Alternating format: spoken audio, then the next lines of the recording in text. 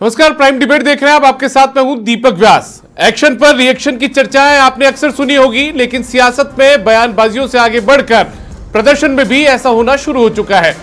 NEET paper leak के खिलाफ कांग्रेस के कार्यकर्ताओं ने जयपुर में बीजेपी मुख्यालय घेरने का एक्शन किया, तो बीजेपी ने रिएक्शन देते हुए राहुल गांधी की ओर से दिए गए बयान के बहाने कांग्रेस मुख्यालय घेरने का फैसला ले लिया। दोनों दलों के नेताओं से लेकर कार्यकर्ता सड़कों पर उतरे और प्रदर्शन भी किया। हालात कुछ ऐसे हुए कि दोनों दलों के कार्यकर्ताओं को पुलिस को बीच में रोकना पड़ा। इस दौरान जमकर हंगामा भी हुआ, लेकिन अब बड़ा सवाल यह है कि आखिर इस एक्शन पर रिएक्शन की सियासत के मायने क्या हैं। सवाल यह भी है कि क्या सियासी तल्खी और ज्यादा आगे आने वाले दिनों में बढ़ने वाली है, और इसी मुद्दे पर हम चर्चा करेंगे। कुछ खास मेहमान भी हमारे साथ में जुड़ेंगे, उनका परिचय भी आपसे करवाएंगे, लेकिन उससे पहले आपको सुनवाते हैं कि आज का ये जो पूरा एक्शन और रिएक्शन का खेल रहा, इसमें दोनों ही दलों के प्रदेश अध्यक्ष ने क्या कहा, पहले वो सुन लीजिए। देखिए, राहुल गांधी जी ने जिस प्रकार के शब्द प्रयोग किए वो अत्यंत निंदनीय है। ये मर्यादा विहीन, यानी मर्यादा को तार तार कर दिया जिस व्यक्ति ने। इस देश के मुखिया के लिए मतलब इतने हल्के गद्दार जैसे शब्द प्रयोग कर दे तो इससे ज़्यादा निंदा कुछ की नहीं जा सकती। इन बेईमानों ने, नीट चोरों ने चर्चा नहीं कराई। आज स्पष्ट हो गया कि लाखों बच्चों का भविष्य पेपर चोर सरगनाओं को पनपा करके बीजेपी ने बर्बाद किया, लाखों बच्चों का। और इसी मुद्दे पर चर्चा के लिए कुछ खास मेहमानों का पैनल हमारे साथ जुड़ चुके हैं। उनका परिचय, उनका तारुफ आपसे करवा देते हैं। हमारे साथ में अशोक सिंह शेखावत जी जुड़ चुके हैं, भारतीय जनता पार्टी के प्रवक्ता हैं। बहुत स्वागत है आपका अशोक जी। हमारे साथ में राजकुमार शर्मा जी भी जुड़ चुके हैं, जो कि कांग्रेस पार्टी के प्रवक्ता है। राजकुमार जी, आपका भी स्वागत है। राजनीतिक विश्लेषक अविनाश शर्मा जी हमारे साथ जुड़ चुके हैं, और साथ में हमारे साथ में कुछ देर में जुड़ेंगे श्याम सुंदर शर्मा जी, जो कि राजस्थान के वरिष्ठ पत्रकार हैं। सबसे पहले चर्चा की शुरुआत में अशोक सिंह जी आपसे करना चाहूंगा। कांग्रेस पार्टी ने कल ऐलान किया था कि आपकी पार्टी के कार्यालय का घेराव किया जाएगा। इसी बीच पे आपने भी तुरंत फैसला ले लिया कि हम भी उनकी पार्टी के कार्यालय का घेराव करेंगे। क्या कुछ सियासी मायने इसके निकाले जाएं, या फिर ये एक्शन का रिएक्शन था? देखो, सबसे पहले तो आप देखिए कि राहुल गांधी जी ने, वो विपक्ष के नेता भी हैं, और विपक्ष के नेता के साथ साथ में एक मर्यादित भाषा भी होना चाहिए, वक्तव्य भी होना चाहिए, उनके चरित्र में दिखना भी चाहिए। अब गद्दार शब्द कहना, अब गद्दार का मतलब तो प्रधानमंत्री जी के लिए भी आ गया, और अमित शाह जी के लिए आ गया, और भारतीय जनता पार्टी के करोड़ों जो सदस्य हैं उनके लिए भी आ गया। और जिन लोगों ने, करोड़ों सदस्य वोटरों ने जो भारतीय जनता पार्टी के जनप्रतिनिधियों को चुना और जो सरकार चला रहे, उनका तो अपमान है ही। तो इस अनपार्लियामेंट्री जो लैंग्वेज के लिए क्या कर रहे हैं, और जहाँ तक आई, आज कोई नई बात तो है नहीं। उससे पहले कभी ये चोर कह देते थे, कभी मौत का सौदागर कह देते थे, कभी शाम बिच्छू कह देते थे। मतलब कैसी किसी प्रकार की बातें इन्होंने करी है, लेकिन उसका मुँह तोड़ जो जनता ने कैसे जवाब दिया, और भारतीय जनता पार्टी के कार्यकर्ता उससे मजबूत हुए। मजबूत होने के साथ साथ जनता के बीच में गए कि आप देखिए कौन है ऐसे शब्दों का प्रयोग करने वाला, ये कौन लोग हैं। तो भारतीय जनता पार्टी मजबूत हुई है, और कांग्रेस खत्म होने के कगार पर आ रही है। जो महात्मा गांधी ने कहा था कि देश आजाद हो, कांग्रेस खत्म कर दो, लेकिन उसमें सोचा कि निजी स्वार्थ था। लेकिन तो अशोक जी बयान आज मैं बता रहा हूँ, एक और कह दूं आपको, ठीक है। तो राहुल गांधी जी के जो बयान हैं वो कांग्रेस के लिए आत्मघाती हैं। अब उसके लिए क्या है? क्या तो ये उनको हताशा है कि सब सरकारें हमारी नहीं बन पा रही है, केंद्र में नहीं बन पा रही तीसरी बार में। इस हताशा का कारण आप जनता के बीच में आप चुन के आए, या कोई बात अच्छी करें तो बात अलग चीज है। जहां तक नीट वाली बात आई, नीट के पेपर के अंदर कोई लीक हुआ, हम कहते हैं नहीं होना चाहिए, गलत है। नहीं होना चाहिए, गलत है।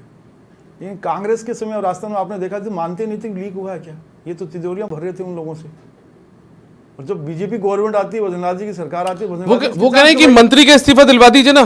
मैं कह रहा हूँ कि देखो, आप, इनका एक डेमोक्रेटिक राइट है, चाहे मंत्री जी का मांगे कि तो किसी का मांग सकते हैं, उनका अधिकार है। जांच की प्रक्रिया के अंदर एक बैठेंगे तो उस जांच में जो आएगा वही तो होगा। हमें मना तो नहीं कर रहे हैं, ये तो लोग तो मना ही कर देते कि कोई पेपर आउट हुआ ही नहीं है, जिससे बकवास करें। आज डॉक्टर आसिफ जी हमने अपनी बाइट दिखाई अभी, ठीक है, अभी वक्तव्य दे रहे थे, वो तो खुद कहते थे उस समय जो भी सत्ता में थे कि हमने पेपर आउट ही नहीं किया। मैं आऊंगा बयानबाजी, मैं वापस आता हूं बयानबाजी, बातें कर रहे हैं। मैं आता हूं बयानबाजी को लेकर वापस आपके पास में। हमारे सामने राजकुमार शर्मा जी भी जुड़े हुए हैं, कांग्रेस पार्टी के प्रवक्ता हैं। राजकुमार जी, आपको लगता है कि राहुल गांधी ने जिस तरीके से बयान दिया, गद्दार बता दिया देश के प्रधानमंत्री को, उसके बाद में आप लोगों ने नीट का मुद्दा चुन लिया और राजस्थान में बीजेपी का कार्यालय घेराव करने की बात कह दी। प्रधानमंत्री को लेकर कम से कम भाषा का इस्तेमाल तो तरीके से होता। दीपक जी, नीट का मुद्दा तो बहुत पहले से चल रहा है जी। और प्रदेश कांग्रेस कमेटी के अध्यक्ष गोविंद सिंह डोटासरा जी ने तो 4 दिन पहले आह्वान कर दिया था। 21 तारीख को सुबह 10 बजे प्रदेश कांग्रेस कार्यालय से कांग्रेस पार्टी के नेताओं का कार्यकर्ताओं का काफिला भारतीय जनता पार्टी के कार्यालय को घेर ले जाएगा। भारतीय जनता पार्टी ने आज सुबह तय किया है कि कांग्रेस पार्टी को फंक्शन को, इस प्रदर्शन को फेल करो। और हुआ क्या? उल्टा हो गया। पूरा राजस्थान उमड़ पड़ा। पूरा राजस्थान के कांग्रेस के कार्यकर्ता और नेता उमड़ पड़े। राजस्थान के नौजवान आज कांग्रेस पार्टी के धरना प्रदर्शन में शामिल हुए और उन्होंने कहा कि नीट पेपर में जिन्होंने घपला किया है, जिन भारतीय जनता पार्टी के कार्यकर्ताओं ने, नेताओं ने घपला किया है, एनडीए को भंग किया जाए और हमारे जो मंत्री है धर्मेंद्र प्रधान साहब, उनका इस्तीफा हो। ये धर्मेंद्र प्रधान साहब क्यों एनडीए को बचाने में लगे हुए हैं? क्यों भारतीय जनता पार्टी के नेताओं को, कार्यकर्ताओं को बचाने में लगे हुए हैं? बड़े मगरमच्छ कौन है, कौन नहीं है, ये तो बाद की बात है, लेकिन ये बचा किसको रहे हैं? राजस्थान का नौजवान। राजकुमार जी, राजस्थान में जब पेपर लीक हुए, राजकुमार जी, राजस्थान में जब पेपर लीक हुए तो क्या संबंधित मंत्रियों ने इस्तीफे दे दिए थे क्या? दीपक जी, राजस्थान में जो पेपर लीक हुए थे उनमें कांग्रेस पार्टी का कोई कार्यकर्ता या नेता शामिल नहीं था। 2.5 साल से भारतीय जनता पार्टी की सरकार है। शब्दों में बार-बार ये कांग्रेस पार्टी को बदनाम कर रहे हैं, लेकिन सीधे तौर पर या उल्टे तौर पर या पीछे के रास्ते से या आगे के रास्ते से कांग्रेस पार्टी का कोई भी नेता या कार्यकर्ता पेपर लीक वाले मामले में शामिल नहीं था। और हम कह रहे हैं कि पेपर लीक की घटना बहुत दुर्भाग्यपूर्ण है। प्रदेश कोई भी हो, नहीं होनी चाहिए। जिन्होंने भी अपराध किया है उनका स्थान कानून के हवाले करके सलाखों के पीछे होना चाहिए। अब भारतीय जनता पार्टी के नेता कार्यकर्ता दुपट्टा डाले हुए साफ तौर पर नेताओं के साथ घूमते फिरते नजर आ रहे हैं पिक्चरों के अंदर, तो अब कार्रवाई करिए ना। डबल इंजन की सरकार है, दुनिया की सबसे बड़ी। ठीक है, मैं अविनाश जी के पास जाऊं उससे पहले मैं एक बार अशोक जी के पास वापस आ जाता हूं। अशोक जी, आपने जैसा दुपट्टा पहन रखा वैसा दुपट्टा पहने हुए कुछ नेता आ गए, कार्यकर्ता आ गए, ऐसी बातें वो कर रहे हैं। देखो कि दुपट्टा पहनना एक स्वाभिमान की बात है। किसी भी पार्टी के दल में आप हो और हमें सिखाया जाता है और वास्तव में व्यवहारिक रूप से भी होना चाहिए कि आपको दक्ष लगे कि इस पार्टी के ये कार्यकर्ता हैं। कांग्रेस भी चलो अब लगाने लग गई है, पहले नहीं लगाती थी। और जहाँ तक हम कहेंगे कि हमारा पार्टी और सरकार का कैडर का आप दोनों देख लीजिए, सरकार का कैसा है और कैडर कैसा है। यदि आह्वान किया जाता है तो सारे कार्यकर्ता उसमें सम्मिलित होते हैं और उनके साथ कदम से कदम चलाते हैं। जयपुर शहर के द्वारा किया गया, उसमें प्रदेश के पदाधिकारी थे, जयपुर में रहते हैं, वो भी हैं शहर के। नीट पेपर लीक को लेकर बात करेंगे, आपके नेताओं की भागीदारी है, आपके कार्यकर्ता दिख रहे थे वो शामिल रहे, इस तरीके के आरोप लगा रहे हैं वो लगातार। मैं कोई भी कह रहा हूँ कि यदि कोई भी होगा, चाहे भारतीय जनता पार्टी का कार्यकर्ता हो या कोई पदाधिकारी हो, जो भी संलिप्त होगा वो उनके खिलाफ कानूनी अनुसार कार्रवाई करें। हम भगने वाले में से नहीं है, ये तो भगते थे तो हमारे आदमी भी नहीं है। दूसरी ये बताऊँ, यदि पीएमओ से हम कह रहे हैं कि गद्दार वाली शब्द की बात करी, यहाँ से बात चलती है, नीट वाली से बात चलती है। और 1985 में, अभी आप बता देना, कोई 1985 के बाद में पीएमओ से विदेश की फाइलें, रक्षा डिपार्टमेंट की फाइलें हैं, किस प्रकार से कहाँ से जा रही थी उस समय, और उसकी उस समय पूरा पता पड़ा। तो मैं कह रहा हूँ गद्दार कौन है, ये चीजें आती हैं।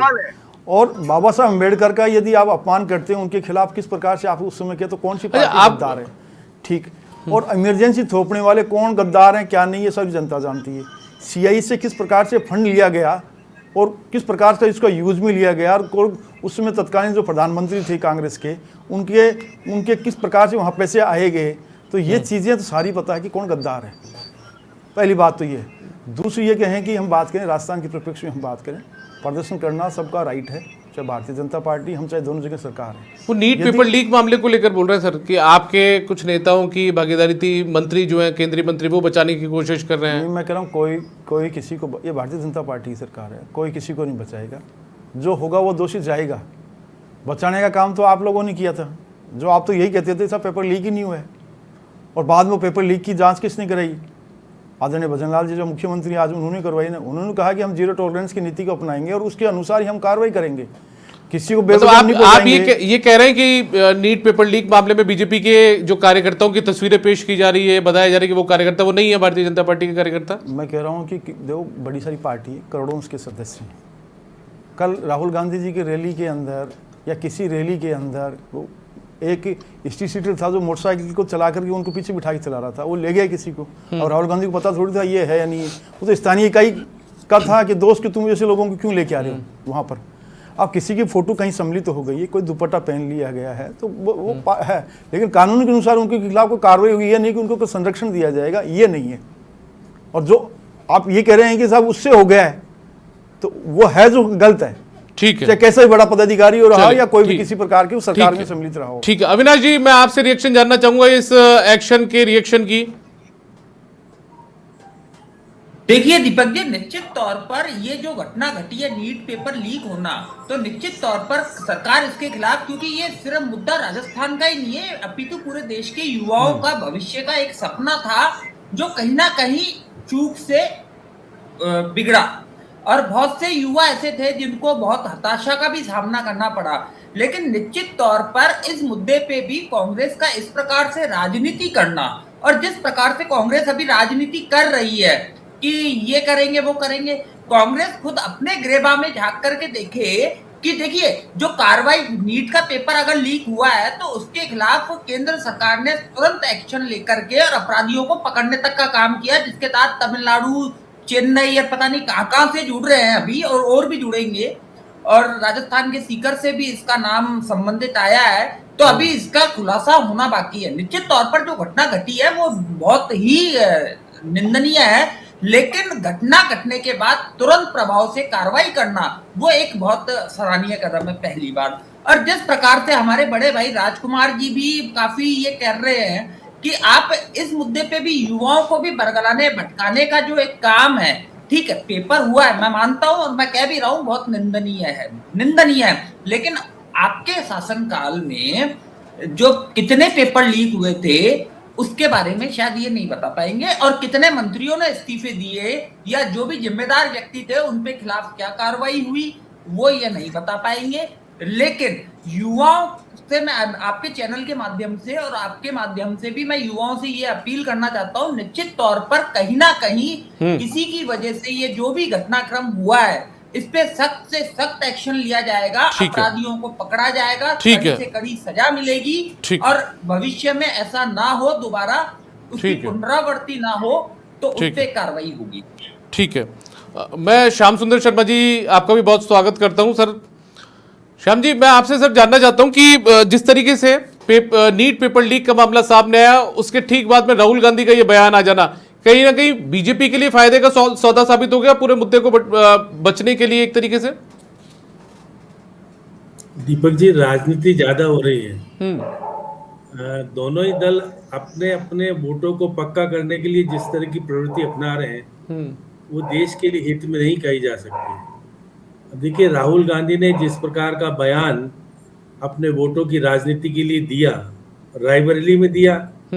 राजकुमार जी, आपको भी पता है कि रायबरेली में वो आरक्षण के मुद्दे पर दलितों को संबोधित कर रहे थे। अब दलित के वोट किसको चाहिए ये भी पता है किस प्रकार से। अगर आप छोटे कार्यकर्ताओं को देश के प्रधानमंत्री और गृह मंत्री के प्रति जिस प्रकार की भाषा का उपयोग करके आप वोटों की राजनीति करना चाहते हैं, वो आपका अपना करते हैं, वो उसको मैं कह नहीं सकता। देखिएगा कि राजनीति में शुचिता और मर्यादा की लकीर होनी चाहिए। मैं आज बीजेपी के राष्ट्रीय अध्यक्ष को भी सुन रहा था, उन्होंने भी अपनी भाषा का उपयोग जिस प्रकार का किया वो नहीं करना चाहिए। लेकिन राजनीति में जिस प्रकार का वातावरण, जिस प्रकार की स्थितियां पैदा हुई है, उसको रोकने का काम आखिर करेगा कौन? अगर शीर्ष के नेता इस प्रकार की प्रवृत्ति करने लगेंगे तो फिर राजनीति में फिर ठीक नहीं रहेगा। मैं कह सकता हूं कि राजनीति में शुचिता और मर्यादा को कायम रखने का काम बड़े नेताओं का तो है, छोटे नेताओं तक। अगर बड़े नेता ही अगर भाषा का उपयोग सही ढंग से नहीं करेंगे तो छोटे नेता तो फिर करेंगे ही नहीं, फिर तो हो जाएगा। अधिकारी अनपुचो नियार का टपूगे समीर साहब मान पूछे का टपूगे। मैं कह सकता हूं कि आज ये निकल के कि नीट की परीक्षा को लेकर के कांग्रेस ने प्रदर्शन किया, करने का अधिकार है, लेकिन राजकुमार जी देरी बहुत हो गई। नीट की परीक्षा का लीक होने के बाद आप इतने दिन बाद प्रदर्शन करने के लिए आए। देखिए सीबीआई की जांच की घोषणा हो गई, बिल्कुल। आप देखिएगा उसके पहले परीक्षा रद्द कर दी गई।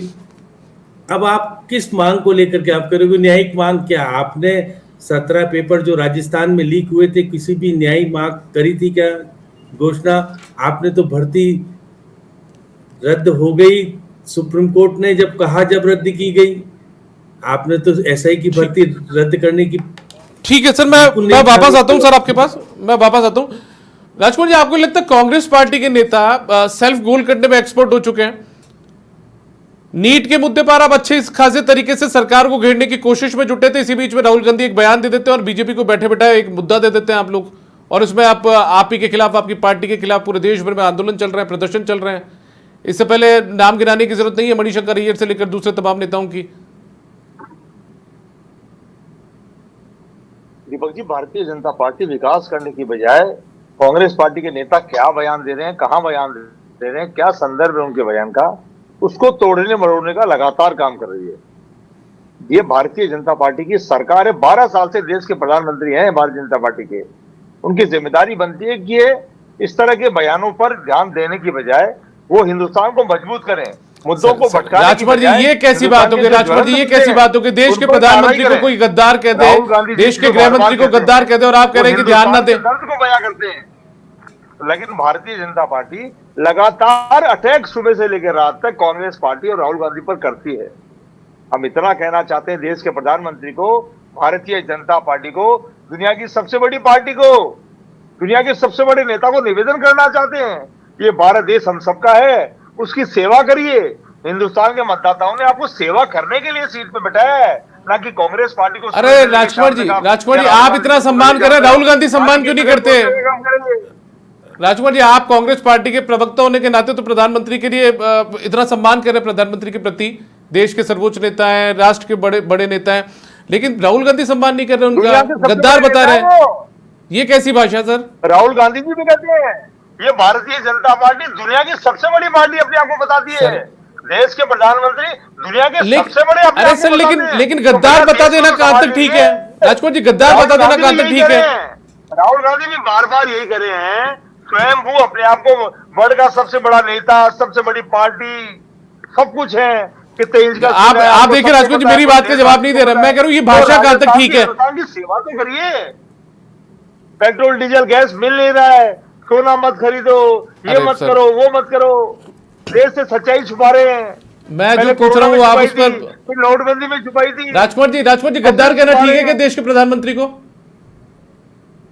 जी, देश के प्रधानमंत्री के लिए, देश के प्रधानमंत्री को गद्दार बोलना ठीक है क्या आपकी भाषा में, आपकी नजर में?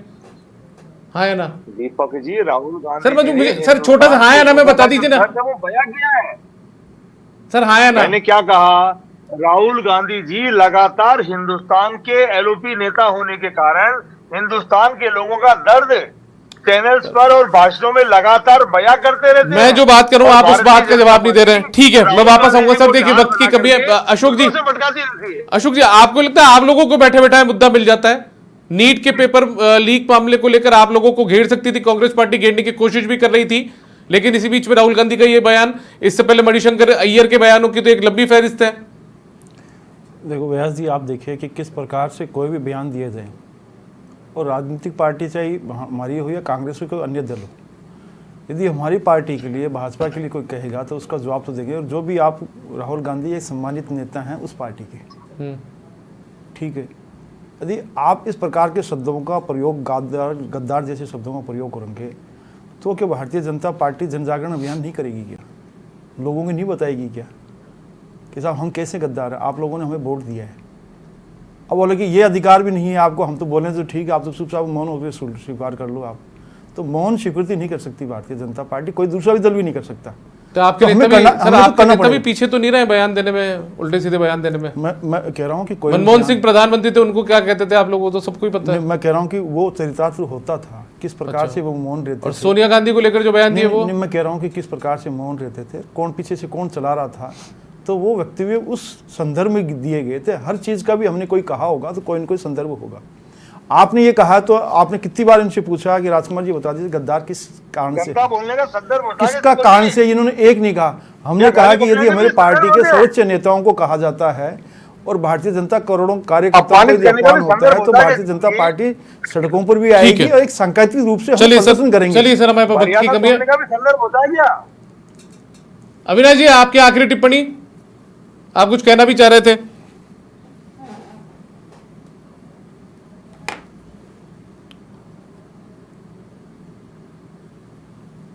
अविनाश जी की आवाज हमारे पास तक नहीं पहुंच पा रही है। हाँ दीपक जी, जी मैं ये कहना चाहूंगा हमारे कांग्रेस के बड़े भाई हमारे राजकुमार जी को, जिस तौर पर ये अभी बहुत बड़ी बड़ी बातें कर रहे थे, देश के बड़े, पूरे विश्व के बड़े नेता हैं, अपने आप को ये बताते हैं, तो तीसरी बार अगर वो प्रधानमंत्री बने तो वो कांग्रेस की मेहरबानी से नहीं बने, इसी देश की 145 करोड़ की जनता ने उनको वोट दिया था, तब वो प्रधानमंत्री है और आपके राहुल गांधी जी एलओपी है।